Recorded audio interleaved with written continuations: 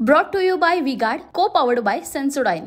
नाही, आज कने नीटची परीक्षा दिलेली परवा त्या मुलांचे पालक मला आज भेटले आणि त्यांनी अतिशय धक्कादायक माहिती मला दिली।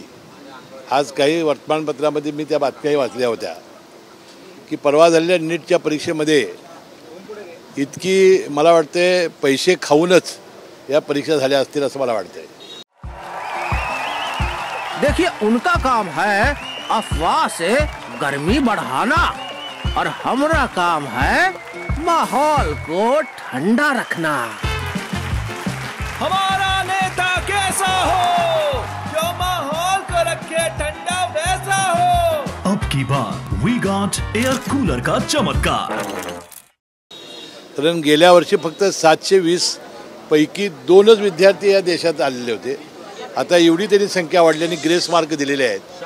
या निकालामुळे महाराष्ट्रातल्या कुठल्याही मुलाला महाराष्ट्रामध्ये MBBSचा सरकारी हॉस्पिटल, सरकारी कॉलेज असतील किंवा खाजगी असतील, इथं एकालाही प्रवेश मिळणार नाही।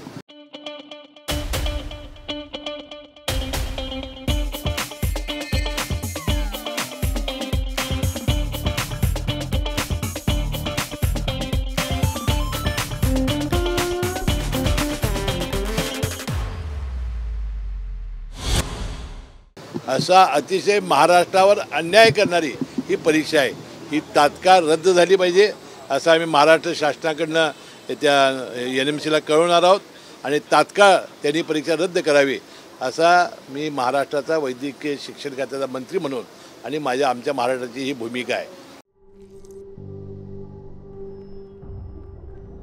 झिंझिण्यांपासून त्वरित आराम मिळवा सेन्सोडाइन रॅपिड रिलीफ बरोबर। कारण अशा पद्धतीचं जर होणार असेल 2-2, 3-3 वर्ष मुला आई वडील आणि पालक मुलाच्यासाठी खस्ता खात असतील, 2-2 वर्ष ती मुलं कष्ट करत असतील, तर अशा रीतीनं त्यांच्यावर अन्याय होणं हे अतिशय गैर आहे, चुकीचं आहे। यासाठी आम्ही प्रसंगी न्यायालयातसुद्धा जाण्याचा आम्ही प्रयत्न करतो आहे आणि मला वाटतं ही परीक्षा रद्दच झाली पाहिजे, याशिवाय दुसरं कोणताही आज आपल्यासमोर पर्याय नाही। यामध्ये उत्तर भारतातील अधिकतर मुलं जे आहेत ते एकाच सेंटरमध्ये ते इतकी ग्रेस मार्क्स दिलेले आहेत आणि त्या मुलांना उत्तीर्ण केलेला आहे आणि त्यांना पैकी मार्क देण्याचा प्रयत्न या आणि 50-60 हजार मुलांना, तर त्यामुळे मला वाटतं फार मोठा हा अन्याय आहे आणि मला वाटतं यासाठी आम्ही या पालकांच्या बरोबर आम्ही संघर्ष करू। Brought to you by V-Guard, co-powered by Sensodyne.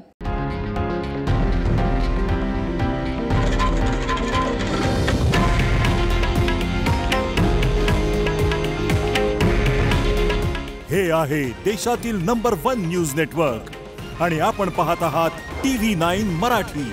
काळजी तुमची, हित महाराष्ट्राचं।